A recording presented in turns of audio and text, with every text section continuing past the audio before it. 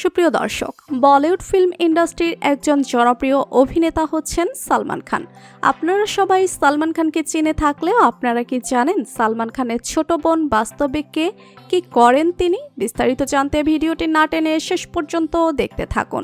1965 সালের 27 ডিসেম্বর ভারতের মধ্যপ্রদেশের একটি শহরে জন্মগ্রহণ করেন তিনি। তার বাবা সেলিম খান একজন নামকরা চিত্রনাট্যকার ও সুশীলা খান ছিলেন একসময় জনপ্রিয় একজন অভিনেত্রী। 1964 সালে সেলিম খান অভিনেত্রী সুশীলাকে বিয়ে করেন। বিয়ের ঠিক পরের বছর ঘর আলো করে একটি পুত্র সন্তানের জন্ম হয়, যার নাম হচ্ছে সালমান খান। সেলিম ও সুশীলা দম্পতির ঘরে মোট 4 সন্তান: সালমান, সোহেল, আলবিরা, আরবাস। বিয়ের ঠিক কয়েক বছর পরে মেয়ে অর্পিতা খানকে দত্তক নেয় সেলিম খান ও সুশীলা খান দম্পতি। 5 ভাই বোনের মধ্যে সবার বড় সালমান খান। সালমান খানের ছোট বোন আলবিরা সম্প্রতি ফ্যাশন ডিজাইন নিয়ে পড়াশোনা শেষ করেছেন। তিনি দেখতে যেমন সুন্দরী তেমনি কাজকর্মে অনেক পারদর্শী। বর্তমানে তিনি বলিউডের একজন নামকরা ফিল্মি প্রডিউসার এবং ফ্যাশন ডিজাইনার। সম্প্রতি বোনের জন্মদিনে সালমান খান একটি হীরার ব্রেসলেট বানিয়ে দিয়েছিলেন। সালমান খান তার বোনদেরকে এতটাই ভালোবাসে যে তার বোনদের কোনো ইচ্ছাই অপূর্ণ রাখে না।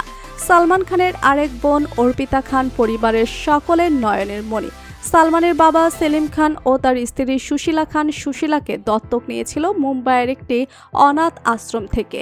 সেখানে একটি গৃহহীন মহিলার ঘরে জন্মগ্রহণ করেছিল অর্পিতা। অর্পিতা যখন কোলের শিশু তখন ফুটপাতে অনাহারে তার মায়ের মৃত্যু হয়েছিল। ফুটপাত থেকে কুড়িয়ে আনা সেই অর্পিতা বর্তমানে সালমান খানের ছোট বোন। 2014 সালে ধুমধাম করে অর্পিতার বিয়ে দেয় খান পরিবার। বোনের বিয়েতে আগত অতিথিদের জন্য সালমান খান 2 কোটি রুপি দিয়ে হায়দ্রাবাদের একটি প্রাসাদ ভাড়া করেছিল। খান পরিবারের 2 ছেলে আরবাস খান ও সোহেল খানও মেয়ের বিয়েতেও এতটা খরচ করেনি খান পরিবার, যতটা তারা অর্পিতার বিয়ের জন্য খরচ করেছে। অর্পিতার স্বামী আয়ুষ শর্মা বর্তমান সময়ের একজন জনপ্রিয় অভিনেতা। তাদের ঘরে একটি ফুটফুটে কন্যা সন্তান রয়েছে, যার নাম আহিল।